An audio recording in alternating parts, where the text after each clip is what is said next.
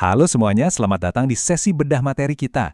Hari ini kita bakal kupas tuntas bab 9, spesifiknya tentang cerebrum, alias otak besar. Kita akan pakai pendekatan dari skala makroanatomi, terus masuk lebih dalam ke mikrohistologi buat memetakan arsitektur otak manusia secara komprehensif. Jadi, siapkan diri kalian, karena kita akan ngebahas struktur luar biasa yang pada dasarnya mendefinisikan siapa kita sebenarnya. Biar gampang, kita bagi sesi neuroanatomi yang kompleks ini ke 4 bagian. Kita mulai dulu dari anatomi kasarnya, terus kita zoom in ke struktur mikroskopis korteks cerebral, lanjut ngeliat jaringan materi putih di bawahnya, dan terakhir kita lihat gimana semua landasan teori ini diaplikasikan ke dunia nyata, lewat lokalisasi fungsi dan kasus lesi klinis. Oke, tanpa berlama-lama, kita masuk ke bagian pertama, anatomi kasar otak besar dari sudut pandang makroskopis. Buat benar-benar paham bentuk luar otak kita harus mundur sedikit ke fase embriologi. Coba perhatikan bagaimana cerebrum ini asalnya berkembang dari vesikel telencephalic. Strukturnya berekspansi luar biasa besar sampai-sampai menyelimuti batang otak di bawahnya layaknya sebuah mantel. Nah, ekspansi yang masif ini juga ngebentuk ruang cairan di dalamnya, yaitu ventrikel lateral yang punya lengkungan setengah lingkaran yang khas banget. Kalau kita lihat bentuk akhir dewasanya dari sisi lateral, hal pertama yang langsung menarik perhatian jelas neokorteksnya. Saking besarnya, dia harus melipat-lipat. Dan seperti yang udah sering kita dengar, lipatan-lipatan ini membagi hemisfer otak ke dalam 4 wilayah operasional utama, lobus frontal, parietal, oksipital, dan temporal. Sekarang, bayangin kita belah otak ini persis di tengah visura interhemisferik.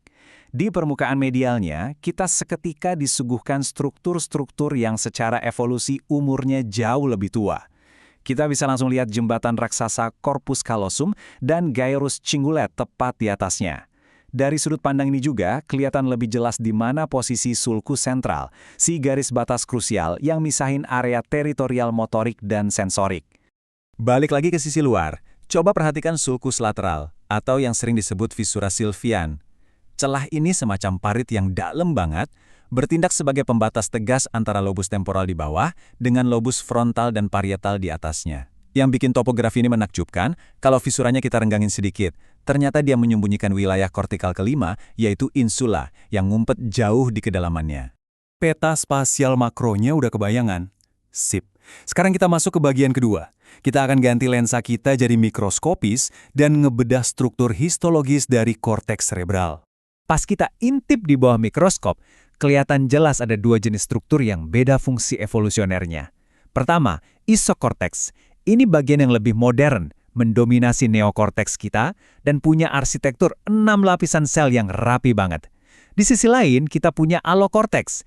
Ini wilayah yang lebih purba, tempat beradanya pusat penciuman alias paleokorteks, serta arsitektur memori dasar di hipokampus yang kita sebut arkikorteks. Coba kita fokus spesifik ke isokorteks yang 6 lapis tadi. Kalau kalian lihat gambar pewarnaan Golgi, seluler, dan mielin ini, transisi dari kiri ke kanannya memperlihatkan gimana kepadatan neuron dan ketebalan selubung mielin bergeser secara drastis. Kelihatan banget perubahannya mulai dari permukaan pial yang paling luar, turun selapis demi selapis, sampai akhirnya menyatu sama materi putih subkortikal di bagian paling dalam. Kalau kita telusuri strata ini dari atas, kita mulai tepat di bawah membran pial, yaitu lapisan molekuler. Di masa perkembangan, disinilah sel cajal Retzius bermukim ngelepasin relin buat mandu migrasi neuron. Turun lagi, kita bakal ngelewatin pita-pita padat sel granular dan piramidal, baik yang eksternal maupun internal. Terus mentok di bagian paling dasar, kita ketemu lapisan multiform. Di dunia neurohistologi, ada satu aturan mutlak. Struktur itu menentukan fungsi klinis. Area motorik, kayak di area Brodmann 4 dan 6, sifatnya agranular karena dipenuhi sel piramidal besar buat ngirim perintah gerak ke bawah. Beda cerita sama area sensorik primer, kayak somatosensorik, auditori, atau visual. Mereka ini ngebentuk koniokorteks granular yang sangat tipis tapi super reseptif. Emang dioptimasi khusus buat nerima gelombang input sensorik. Cukup bahas materi abu-abunya, sekarang kita melangkah ke bagian ketiga, eksplorasi materi putih subkortikal, alias jaringan kabel canggih di dalam otak kita. Percuma korteks punya kemampuan komputasi sehebat itu kalau nggak ada infrastruktur kabel materi putih yang memfasilitasinya. Sistem ini beroperasi lewat 3 jalur utama. Ada serabut asosiasi yang tugasnya integrasiin data antar area di hemisfer yang sama. Terus serabut komisura, ini jadi jembatan sinkronisasi antara hemisfer kiri dan kanan. Dan terakhir serabut proyeksi, jalur penghubung yang naik turun antara korteks dengan batang otak dan sumsum tulang belakang. Ngomongin soal koneksi kiri-kanan, bentuk anatomis korpus kalosum ini menghadirkan adaptasi yang jenius. Karena struktur jembatan ini nggak membentang sepanjang keseluruhan otak, serabut di ujung kutub paling depan dan belakang terpaksa harus melengkung ngebentuk huruf U.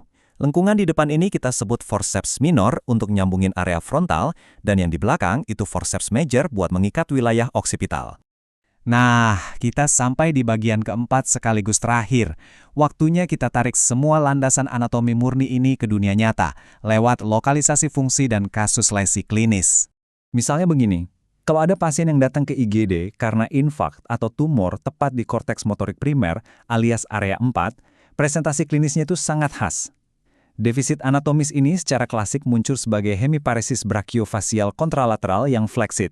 Intinya, terjadi kelumpuhan di paruh tubuh sisi berlawanan dengan pelemahan paling parah di area kontrol gerakan halus kayak lengan, tangan, dan wajah.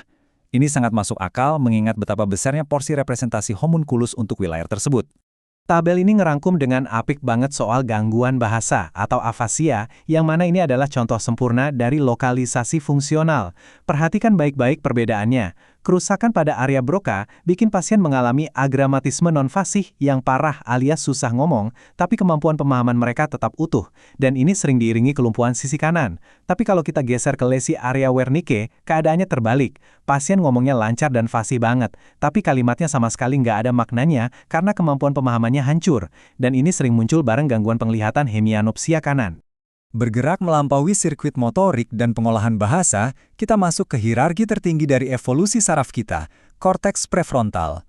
Fakta fisiologis yang menarik adalah, kalau area ini distimulasi secara langsung, dia nggak akan ngasilin respon motorik apa-apa. Sebaliknya, wilayah yang mendominasi lobus frontal kita ini adalah ruang asosiasi multimodal utama. Ini adalah pusat komando tempat kita melakukan sintesis kognitif tingkat tinggi, mengaitkan memori, mengambil keputusan, dan ngontrol perilaku normatif kita sehari-hari. Pada akhirnya, seluruh tinjauan anatomis ini bawa kita ke satu misteri medis yang bikin merinding. Coba kalian bayangkan, gimana caranya sekumpulan massa biologis dari struktur 6 lapis yang super mikroskopis ini, yang dirangkai pakai untayan kabel materi putih, bisa berinteraksi buat nyiptain realitas sadar dan kepribadian manusia yang luar biasa kompleks. Pertanyaan ini jadi pengingat buat kita semua bahwa di balik setiap pemetaan fungsi yang kita pelajari, cerebrum itu bukan cuma sekedar tumpukan sel saraf, tapi kanvas dari keajaiban biologi yang bikin kita menjadi manusia seutuhnya. Terima kasih udah ngikutin sesi bedah anatomi cerebrum ini, dan mari terus pertajam intuisi klinis kita.